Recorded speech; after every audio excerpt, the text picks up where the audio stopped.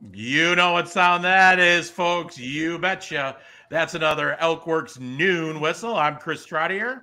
And I'm John Anzalone, and we have some of the Saturday morning Sports Jam crew with us today. How exciting is that? We got John Handel, Mike Coolidge, Jeff Brown. We're missing a few. Who we missing tonight? From that probably Jerry Stelz. All right.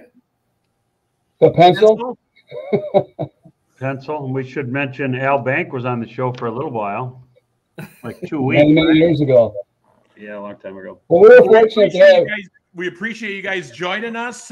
We wanted to bring you guys back because after the mystery disappearance, we needed to talk sports, and what better opportunity? We found you. You guys were like deep undercover. We didn't know, but we found you.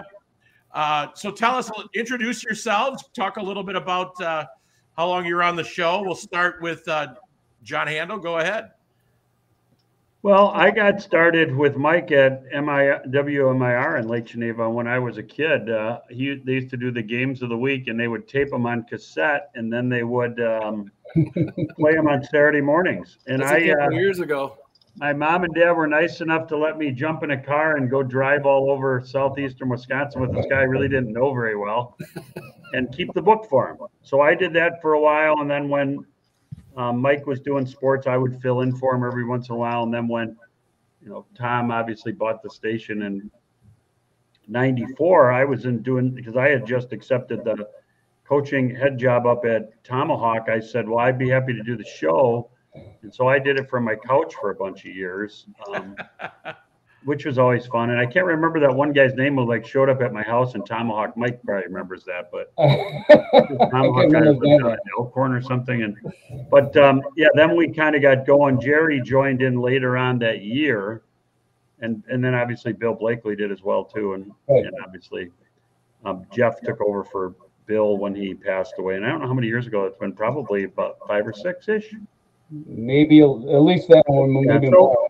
Yeah, we had a lot of fun on Saturdays. We, that's a lot of committing to getting up in the morning, and I thought we always did it well, and I think we tried really hard to, do the right thing and cover without being super biased. High school and college and pro sports, and I honestly say I just miss this stuff. I miss talking to the guys that come in to the show. I don't miss getting up at 6:15 on Saturday mornings or any of that stuff. But it's amazing how many people you go around and you see, and they'll say, "Oh, I can't believe how much they miss. I miss the show." And I say the same thing every time because I'm into canned responses. I'm like, "Well, you should put that in writing and send it to the station." That's what I always say.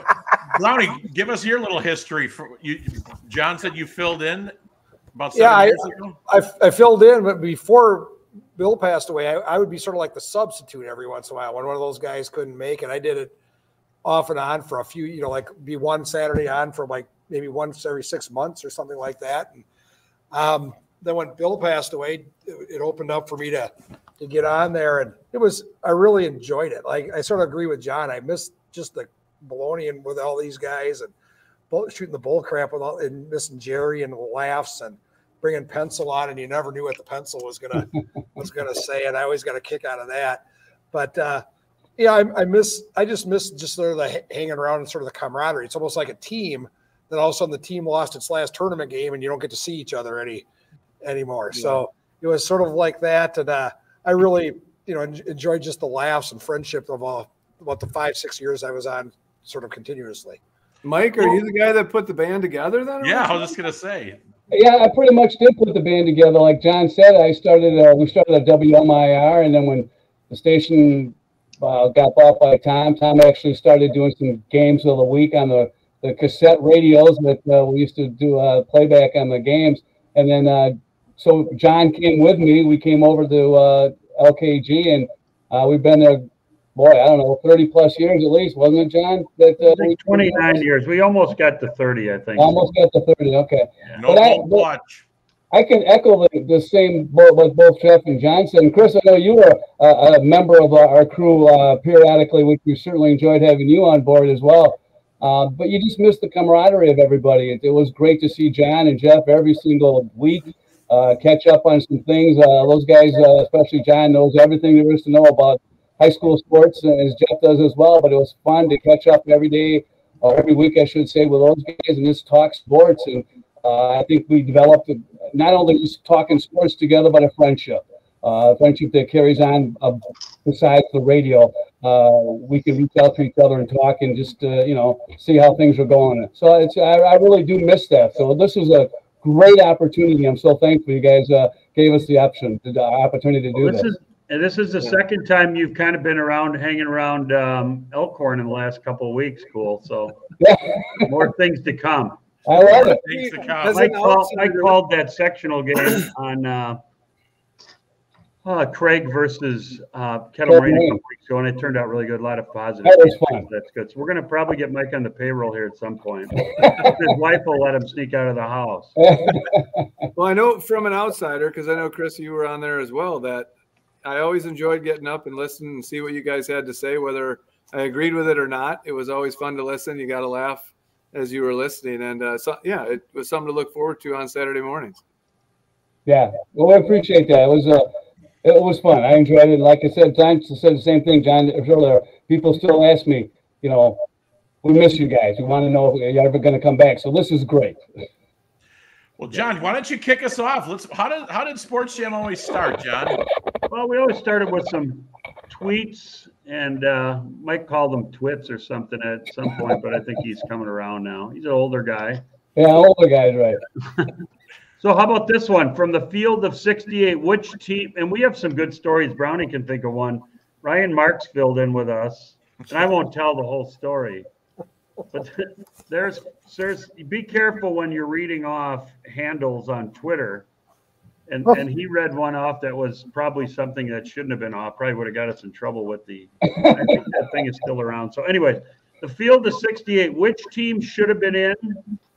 So who didn't make the NCAA tournament that you think should have got in?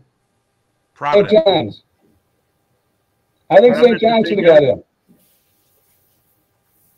Anybody jump in on that one? I'm going to say Providence.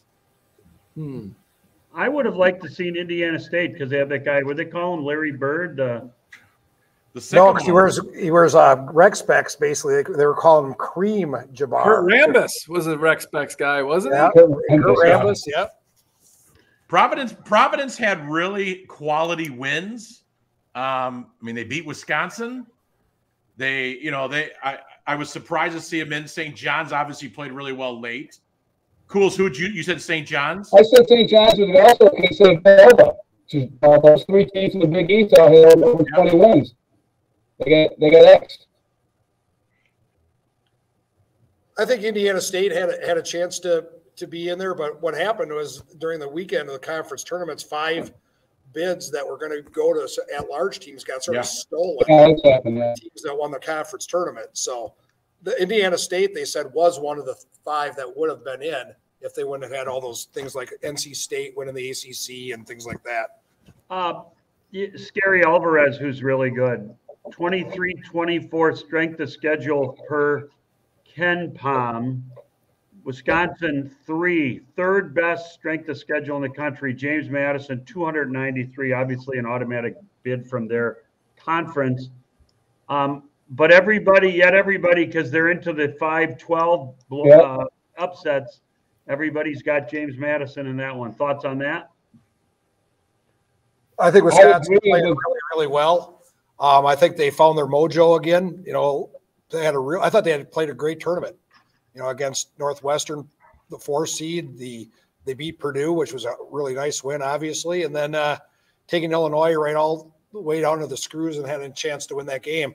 So James Madison's got 30-some wins, and their best wins against Michigan State, the first game of the year, and Wisconsin beat them twice too. I don't think Wisconsin's scared of them, but everybody's a 5-12. They always write, that's the upset chance. But I think Bucky's playing really well, and Bucky beats them. Well, James Madison plays tremendous defense. That's what really got them going. They have some offensive skills, but they're a very good defensive basketball team. And Brownie mentioned that nobody plays them. Well, nobody plays them because those single bid conference teams can't find non-conference games. Nobody's going into James Madison to play those guys. Right. I don't think the Badgers are going to lose, but I think it'll be close. There's my first tip. Seth Davis, you go ahead. I'm sorry. Oh no, I got accused of butting in on somebody earlier today, so I don't want to do it twice in one day. No, I love it. I feel like one of the guys. Like I'm listening to the show again. Yeah, just keep going. Keep going. This is your show. Seth Davis. I don't know if you guys caught this, but he said this is why I hope Tom Crean gets back on the sideline again. He absolutely went off on all these college basketball teams who declined invites to the NIT, including St. John's, Pitt, Memphis, Mississippi, I think, Oklahoma, and Oklahoma. That's a bad look, right? I think so. Why would you decline that? You still get a chance to extend your season. Because the transfer portal started today. But you get a chance to extend your season, work with the kids you've already had, get them ready for next year, still reward them for getting a good season. I mean, I know that they get the NC2As, but, I don't know. I was kind of disappointed that Rick Pitino turned that down, to be honest with you, because I'm a St. John's guy. Your thoughts on that, Chris? I know you transferred from Point to Platteville. Nobody remembers that. That would have been Luke Regal who transferred from there. But that's all right. That's all right. Yeah, I think right now. Back then? What's that? Did they have the portal back then? No, it was actually Doug Parker asked was it Tom Parker? Bob Parker. I think he traded Bo Ryan, Luke Regal, and maybe like a cheesecake. I don't know what it was, but I think the state of basketball, college basketball, and we're going to have Luke Regal on the Noon Whistle next week to talk about the transfer portal.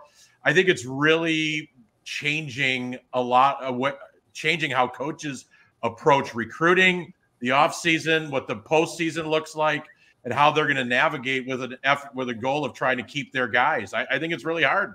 Plus the portal, but also the NIL trots where people can go buy somebody else if they want to. They're going shopping earlier, so they don't want to be in the NIT. You think they're trying to hide them? Is that the why? No, I think they're just trying to find more players. I think they want to spend their time recruiting. The NIT always stands for not in tournament. So Seton Hall's head coach Shaheen Holloway just asked his guys that's the right thing to do. And he said all 5 of his starters said they wanted to play. Is that something you as a head coach should give the kids in your program a chance to vote on or not? I mean, I coached 1 year of high school basketball with a coach who decided he wanted to practice all the way up till the end of the state tournament. I don't know if you guys knew, but you could do that. Yes. I've heard of one coach who did it, and it was the kids like, what are we doing? Can we get ready for our spring sports? No. We're going to work on some out of bounds plays and get ready. Up for the wall. See if we can break that Mayville press. Oh my gosh, that brings back memories, John. It's interesting because, John, you and I went to Concordia and we watched the Rick Majerus tournament and saw, obviously, I'm not trying to transition into high school game, but, we saw some teams that were obviously at the state tournament this past weekend. And it was interesting because I called my friend Luke Regal and I said, hey, are you coming up to recruit? And the text reply was transfer portal. All he said. Well, think about that. Wow. Yeah. Well, Whitewater's best player from an All-American campaign 2 years ago, and that first team All-Conference both his freshman and sophomore year, Miles Barnstable, he's leaving. He'll end up at a D1 school. Oh, really? Luke has lost all 3 of his top scorers the last 2 years to D1. So it's just recruiting. They're getting $35,000 a year. It's recruiting and bringing back your whole team every year. Yeah, and if you're trying to build a program, as Rick Pitino was talking about, you think he wanted to keep AJ Storr now? Well, but you got to say this about Pitino. He went for a pretty crazy tactic in throwing his whole team under the bus. Not a good move, and his guys backed him and supported him. I know. It worked. I know. That does not normally work. Question for you guys. So what does that look like then, or what does it change in decision making if I'm a kid coming out of high school getting recruited, knowing that I could show up and there could be 5 guys from the transfer portal that came over that just pushed me down the ladder? It's all just who's offering you the most money, I think, for most of those guys, and that's re-recruiting them every year. And what does basketball look like 10 years from now with NIL and the transfer portal? Is it? Are you talking about high school or college, John? College. Because it's coming to high school too. Right. Well, we asked Billy Lauderdale if he would have got an NIL deal back in the day. Brownie, do you think Billy would have got an NIL deal? He's pretty smooth. I think he probably would have. He's a finance guy. I agree with you. Yeah, good team guy. I think he probably would have got something. I don't know. I think he had a pretty good eye for talent, Billy Lauderdale. I think Billy did. And he's photogenic. Yeah. Maybe hot nice lunch, hair. something like that. I could see him having a really big NIL after he stuck all those shots in that sectional. True. All right, keep us going here, John. Builders 3-point shooter Billy Lauderdale. You just have to twist that around a little bit better. You want one more or not? Yeah, one more. Let's go to the Brewers. Joey Ortiz going to make the team or not make the team? He's the guy that got in the Corbin Burns trade, right? Yep. I don't know. I'm really disappointed in the Brewers. I think Ortiz makes the team. You should let some of the young guys play. I'm just not happy they don't have the starting pitching they did last year. Obviously, Williams getting hurt now in the bullpen, but I'm still a little bitter about Counsell leaving. So I think Atanasio should have done. Were you one of the ones who vandalized that field in Whitefish Bay? So that brings up a great question. What's your take on Counsell leaving the Brewers? The Brewers were delayed in trying to get a contract worked out with him, or he just decided it was done? Or I think there's so much going on behind the scenes that we don't know about. There had to be, right? I mean, there had to be something brewing in there that we all didn't know about to make a move. I think he knew his chance to win a World Series was going to not be ever in Milwaukee. And I think his agent said, you got to just wait, get yourself you want to be a free agent. You're only going to get to do this once. Figure it out. And I think that when the Cubs came up to visit him, they weren't going to let him go. Very similar to when Lance Leipold got recruited to go to Buffalo. They just weren't going to let him go. And I'm sure they wooed his wife and said, hey, it's time to go. And I think Pat Murphy's going to be good. He's a breath of fresh air. I like him. Do you think Counsell has a chance to win in Chicago? Yes. I do. I think they have the finances. I think he's one of the best managers in baseball. And also what they did besides getting him to Chicago, he hurt the Brewers. He hurt somebody that's in front of them. Sure. The Brewers were ahead of them last year. So. And you wanted Pete Rose, right, Brownie? Well, you could at least make a few bets with him. That'd be sort of nice. Hey, here's one more guy, because I got a bunch of shout outs. Jackson Churio, day one up? Yes. Day one, yeah. Okay. I think so. There's some draft pick compensation with him coming up if he comes up right away, correct? Yep. Why is that? Well, that's the new collective bargaining agreement. One of the things the players union wanted was they were purposely holding guys who were ready back. Chris Bryant with the Cubs would be an example. So they tied draft pick compensation to this. So if you're up for the whole year and you get rookie of the year votes, you get compensatory picks in the draft. Wow, I didn't know that. They did that with Brewers. Did that with Ryan Braun for a while. Held him back and cost him 1 year of like. Do you agree, Brownie, that Ryan Braun, per his tweet, is the greatest Brewer of all time? No. I don't think it's close. Man, get off. Come on, man. He must have not watched Robin Young play. So, yeah, or Paul Molitor or Cecil Cooper. Yeah, you could go on and on. All right, hey, let's talk about some other stuff here. I think we're building something here, guys. This could be recorded at any time, and maybe we show it every Saturday morning at 7 a.m. What do you think? I'm in. That's an interesting concept. Just keep it to a half hour. Yeah, why not? Do we get NIL money? You heard it here. Well, we just need a sponsor. We could do it. We get you a sponsor. Yeah. I know a barber shop in Elkhorn. Hey, what about the Stebnitz Builders 3-pointer? We can. Yeah. Maybe we'll just call it the Stebnitz 30-minute. I like that. Yep. I'm in if we're doing it. If we can tape it at a different time, I think it's good. All right. Well, let's go through. Hey, let's talk a little bit. NCAA tournament. Let's talk about Packer news. Did Brian Gutekunst hit a home run first day in free agency? Yeah. So you guys think a home run, losing Aaron Jones and picking up Josh Jacobs is a better deal? Yes, yeah. Younger, healthier, better. I disagree. I think he's an injury looking to happen. I'm an Aaron Jones guy. I thought he was dynamite toward the end of the season. You think he got the Packers going? Mike is loyal. I like that. I like that. He's younger. That's why he stayed on Sports Jam for so long. Catcher too. So what do you think about about signing AJ Dillon then, keeping him? I like it. Weird. I like him. I thought it was weird too. I don't know if you guys are into that whole backstory of that, but when the collective bargaining for football came down the pike, they were worried about guys that were in the league for 4 or 5 years getting priced out. And so they put in a thing called it's like a second contract, 5th year or more. When a team wants to bring you back, you come back for the veteran minimum if nobody's going to pay you any more than that, and then give you a bunch of bonuses. And that was what he did. So they said to him, go out and find it. If you can find it elsewhere, otherwise we'd love to have you back. And so he's under an incentive-laden contract. And I think he's, I'm surprised that he's back, but good for him. I think it's as cheap as can be. You might as well bring him back. It's the same thing with Russell Wilson and the Steelers. They had no choice but to take him. Well, he's getting $30 million from Denver. Yeah, he's getting the league minimum to come and be the starting quarterback. But then why did the Bears trade Justin Fields? Right. Thanks, Mike. Look at Mike. Why did they trade him? Because nobody wanted him. Is Mike doing his show from the second gym at the YMCA?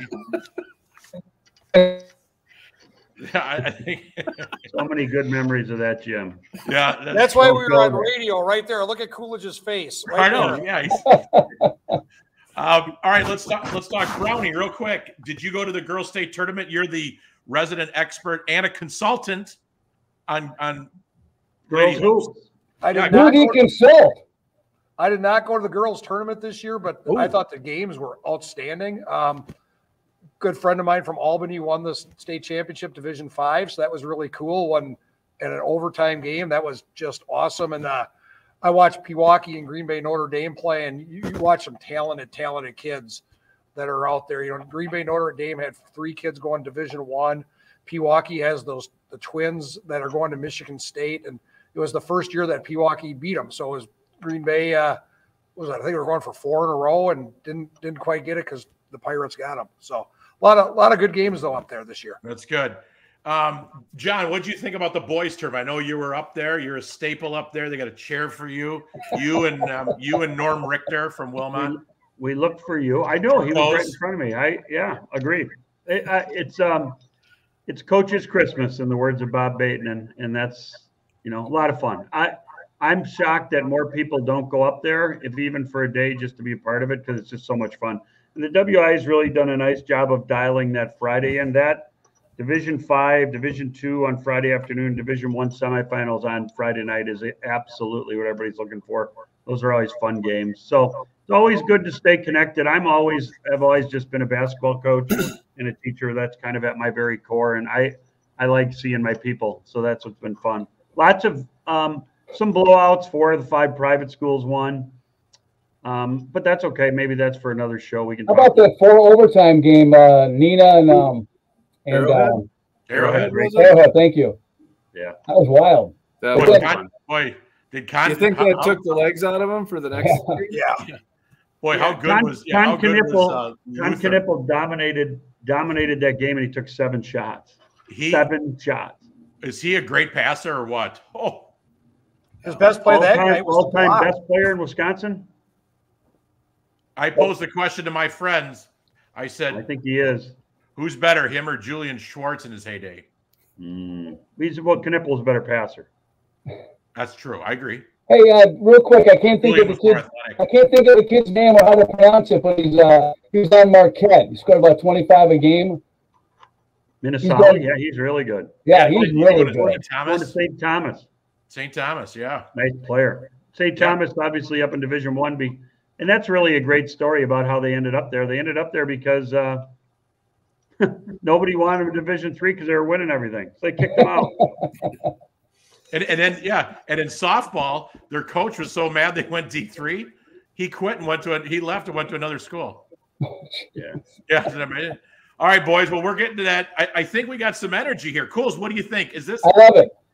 This is we can't call it sports jam. There's probably some proprietary rights on there, but maybe we're just jamming sports. I don't know. Well, sounds good. I like it. Yeah.